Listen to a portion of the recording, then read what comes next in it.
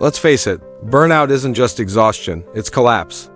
It's that silent scream at 2 a.m. when you're staring at the ceiling, asking yourself, how the hell did I get here? You gave your all, you pushed harder than most. You sacrificed sleep, joy, relationships, everything, because you believed that hard work would pay off. But now, you're drained, empty, disconnected, and worst of all, you're ashamed of it. But here's the truth no one tells you. Burnout is not the end, it's a signal. A brutally honest wake-up call that says, something has to change. You see, we glorify hustle, we glorify the grind, but burnout. Burnout exposes the cost. It's the body saying enough. It's your soul screaming, I'm dying here.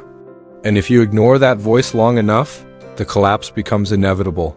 But listen closely, because here comes the part they done teach you in books or podcasts. You can rebuild, not back to who you were, but to someone stronger, someone wiser. Someone who understands that burnout isn't weakness, it's a breaking point that births clarity. Because sometimes, to rebuild a masterpiece, you need to burn the old structure to the ground. Maybe you're in the middle of that fire right now. Maybe your career crumbled, your relationships cracked, your identity shattered, and you're sitting there in the ruins thinking it's over.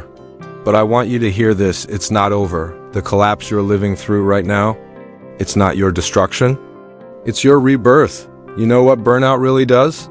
It strips away everything fake, all the roles you played, all the masks you wore, all the goals that weren't really yours to begin with. It's painful, it's brutal, but it's real. And real is where rebirth begins. Let's be clear, rebuilding isn't about going back to normal. It's about building something better, something aligned, something sustainable. Because you don't need to be superhuman to succeed. You just need to be authentic, relentless, and intentional. You want breakthrough? Here's the raw truth. You've got to sit in the pain. Not escape it, not medicate it, not bury it with distractions. Sit in it, feel it, let it teach you what really matters. This isn't soft motivation, this is surgical transformation. You want to rebuild after collapse? Start with this radical honesty. Stop pretending you're fine. Stop living a version of success that's killing you inside. Start asking the real questions. Who am I without the title? What do I want beyond the paycheck? What sets me on fire, not just on paper, but in my soul? You owe it to yourself to find those answers. Then you grind again, but this time from truth, from clarity, from a place where your effort fuels you, not drains you. You don't rise by pretending everything's okay. You rise by facing the chaos and deciding, I'm not staying here. Because pain either builds you or buries you. And you were built for more.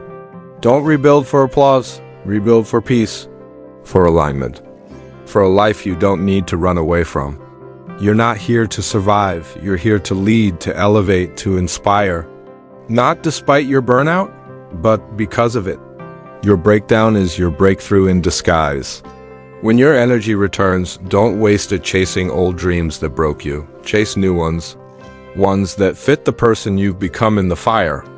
And remember, rebuilding takes time. But every day you rise from the ashes, even if it's inch by inch, you're winning. So if you're listening to this with tired eyes, a tired heart, and a mind that feels like it's lost its spark, I want you to take a breath. You're still here, you're still fighting.